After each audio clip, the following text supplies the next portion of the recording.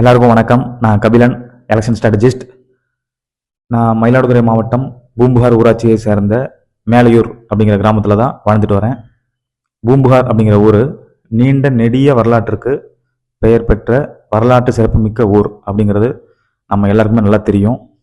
நம்ம அந்த வரலாற்றுக்குள்ளார போகலை. என்னுடைய சின்ன வயசுலேருந்தே இப்போ வரைக்கும் எங்கள் ஊரில் நான் பார்க்குற ஒரு விஷயம் ஒன்று இருக்குது. காலையிலேயே தலையில் ஒரு பெரிய மீன் கூடையை சுமந்துக்கிட்டு வேக வேகமாக நடந்து போயிட்டு இருப்பாங்க நம்ம மீனவ தாய்மார்கள். அவங்கக்கிட்ட எங்கள் அம்மா மீன் வாங்குறப்போ பேரம் பேசி வாங்குவாங்க. அம்மான்னு இல்லை, எல்லாருமே பேரம் பேசி தான் வாங்குவாங்க. அப்போது அப்பா என்ன சொல்லுவாங்கன்னா, கொஞ்சம் பார்த்து பேசு, இவ்வளோலாம் பேரம் பேசாத, அவங்க என்ன கொடுக்குறாங்களோ வாங்கிக்க அப்படிங்கிற மாதிரி சொல்லுவாங்க. ஏன் அப்படின்னா, அவங்க நடுக்கடலில் அவங்களோட உயிரை பணைய வச்சு போராடி ரத்தம் சிந்தி கரைக்கு கொண்டு வர மீன் இது அப்படிங்கிற மாதிரி சொல்லுவாங்க. உண்மையும் அதுதான். அவங்க விற்கிறது அவங்க கணவன்மாருடைய உயிரை கையில் பிடிச்சிக்கிட்டு சம்பாதிச்ச உழைப்ப.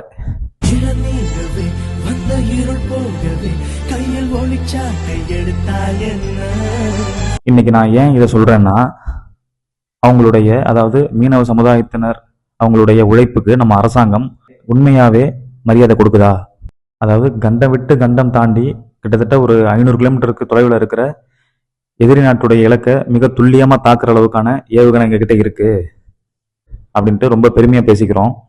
ஆனால் நடுக்கடலில் நம்ம நாட்டு எல்லைக்குள்ளேயே அவங்களுடைய படகுடைய என்ஜின் பழுதாகி 6 நாளாக உயிருக்கு போராடிய 3 ஏழை மீனவர்களை காப்பாற்ற நம்மளுடைய கோஸ்ட் கார்டு கடலோர காவல்படை அவங்களுடைய ஹெலிகாப்டராலேயே முடியல.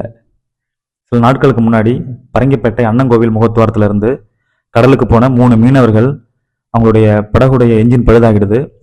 கடலோட காற்று மற்றும் அந்த அலையின் திசைக்கு ஏற்ப அவங்க வந்த படகு பக்கத்து ஊரான புதுச்சேரி கடல்கிட்ட தத்தளிச்சுட்டு நின்றுட்டு இருந்திருக்கு. நல்ல வேலையா புதுச்சேரி பகுதி மீனவர்கள் மீன் பிடிக்க போகும்போது அந்த பழுதடைந்த போட்டை பார்த்துட்டு அதில் உள்ள மீனவர்களை மீட்டு பத்திரமா கரைக்கு கொண்டு வந்திருக்காங்க. எனக்கு என்ன இதில் கேட்க தோணுதுன்னா, அந்த மீனவர்கள் மீன் பிடிக்க சென்ற இடத்துல இருந்து அவங்க படகு பழுதடைந்து கடைசியாக ஒதுங்கி நின்ன முதலியார் குப்பம்னு நினைக்கிறேன், அந்த இடத்துக்கும் இடையே உள்ள தூரம் அதிகபட்சம் ஒரு 35 கிலோமீட்டர்லேருந்து 45 கிலோமீட்டர் தூரம் தான். கடல் அளவுகளில் சொல்லணும்னா 25 நாட்டிக்கல் மைல்ஸ்ல இருந்து 30 நாட்டிக்கல் மைல்ஸ் அந்த டிஸ்டன்ஸில் தான் பாதிக்கப்பட்டு நின்று இருந்திருக்கு. இந்த நம்மளுடைய கடலோர காவல்படை இத்தனைக்கும் ஹெலிகாப்டர்லாம் வச்சு தேடி இருக்காங்க. அந்த ஹெலிகாப்டர் எல்லாம் வச்சு தேடி இருக்கீங்களே, ஒரு 35 கிலோமீட்டர் கூட உங்களால் தேடி பார்க்க முடியல. இங்கே துல்லியமான தொழில்நுட்பம் உங்களுக்கு பிரச்சனையா, இல்லை உண்மையாகவே தேடுறதுக்கு உங்களுக்கு மனசு இல்லையா? ஏன்னா அலட்சியம். இதுக்கு அலட்சியம் மட்டும்தான் காரணம். தமிழ்நாட்டில் உள்ள மீனவர்கள் மட்டும் இல்லை, இந்திய மீனவ சமூகம் தினம் தினம் அனுபவிக்கிற நரக வேதனையோட ஒரு சின்ன சாம்பிள் தான் இது. ஒரு வருஷத்துக்கு 60,000 கோடி ரூபாய்க்கு மேலே கடல் உணவுகளை எக்ஸ்போர்ட் பண்ணி ஃபாரின் எக்ஸ்சேஞ்ச் இந்த நாட்டுக்கு அந்நிய செலவாணியை அள்ளி கொடுப்பது இதே மீனவர்கள் தான். நம்ம நாட்டில் 3 கோடிக்கு மேலே மீனவர்கள் இருக்காங்க. தமிழ்நாட்டில் மட்டும் 15 லட்சத்துக்கும் மேற்பட்டவங்க வாழ்ந்துட்டு இருக்காங்க. ஆனால் இவங்களை வெறும் வாக்கு வங்கியாக மட்டும்தான் பல அரசியல் கட்சிகள் பார்க்குறாங்க. சில அரசியல் கட்சிகளில் பல அரசியல் கட்சிகள் பார்க்குறாங்க. உதாரணத்துக்கு கடலோர பாதுகாப்பு, பெரிய பெரிய துறைமுக கட்டமைப்பு அப்படின்னு ஒன்றிய அரசு சாகர்மாலா திட்டத்தில் பல ஆயிரம் கோடியை ஒதுக்குது. ஆனால் அந்த பணம் முழுக்க கார்ப்பரேட் நிறுவனங்களோட சரக்கு கப்பல் போக்குவரத்துக்கும் பல பிரம்மாண்ட துறைமுகங்கள் கட்டவும் தான் பயன்படுது. மற்றபடி அந்த திட்டத்தால் ஒரு ஏழை மீனவனோட நாட்டு படகுக்கு வெறும் 5 ரூபா கூட போய் சேர்றது கிடையாது. இதுதான் நிதர்சனமான உண்மை. நம்மளுடைய இந்தியன் ஸ்பேஸ் ரிசர்ச் ஆர்கனைசேஷன் கண்டுபிடிச்ச டிரான்ஸ்பாண்டர் அப்படின்னு சொல்லுவாங்க. இந்த டிரான்ஸ்பாண்டர் கருவிகளை 1 லட்சம் படகுகளுக்கு நாங்கள் இலவசமாக தரோம் அப்படின்ட்டு ஒன்றிய அரசு சொல்லியிருந்தாங்க. இந்த திட்டத்தை ஒரிசா, குஜராத் போன்ற மாநிலங்களில் ரொம்ப வேக வேகமாக செஞ்சு கொடுத்துருக்கீங்க. ஆனால் அதே தமிழ்நாட்டில் இன்னும் பல ஆயிரம் நாட்டு படகுகளுக்கு இந்த எக்யூப்மெண்ட்டை கொண்டு போய் நீங்கள் சேர்க்கவே இல்லை. எதுக்காக இந்த ஓரம் வஞ்சினேன்? அதே போல் மத்திய பட்ஜெட்டில் மீனவர் நலனுக்காக பிரதான் மந்திரி மத்ஸ்ய சம்பதா யோஜனா, அதாவது PMMSY அப்படிங்கிற ஸ்கீமில் ஆயிரக்கணக்கான கோடிகள் ஒதுக்குறீங்க.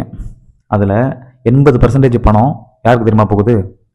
பெரிய டிராவலர் வச்சிருக்கிற முதலாளிகளுக்கும் மீன் வளர்ப்பு அதாவது அக்வா கல்ச்சர் கார்பரேட்டுகளுக்கும் தான் அந்த பணம் போய் சேருது. கடலுக்குள்ள தினக்கூலியா போற சாதாரண மீனவனுக்கு கிடைக்கிறது வெறும் 0 தான்.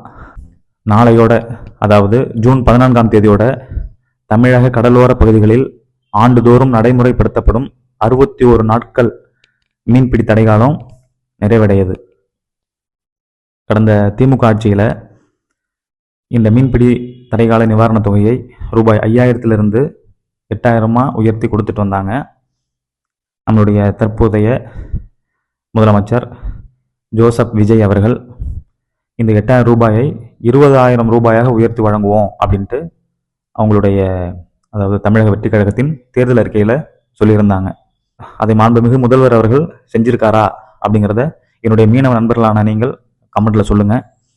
நாளைக்கு இதே தலைப்பில் பார்ட் 2 வீடியோவில் நமது மீனவ சொந்தங்களின் இன்னல்களுக்கான தீர்வுகள் பற்றியும் பல நாடுகளில் மீனவர்களின் பாதுகாப்புகள் குறித்து அந்த நாட்டு அரசு மேற்கொள்ளும் திட்டங்களை பற்றியும் தமிழ்நாடு அரசு தமிழ்நாடு மீனவர்களின் நலனில் எவ்வாறு செயல்பட வேண்டும் என்பது பற்றியும் விரிவாக காண்போம்.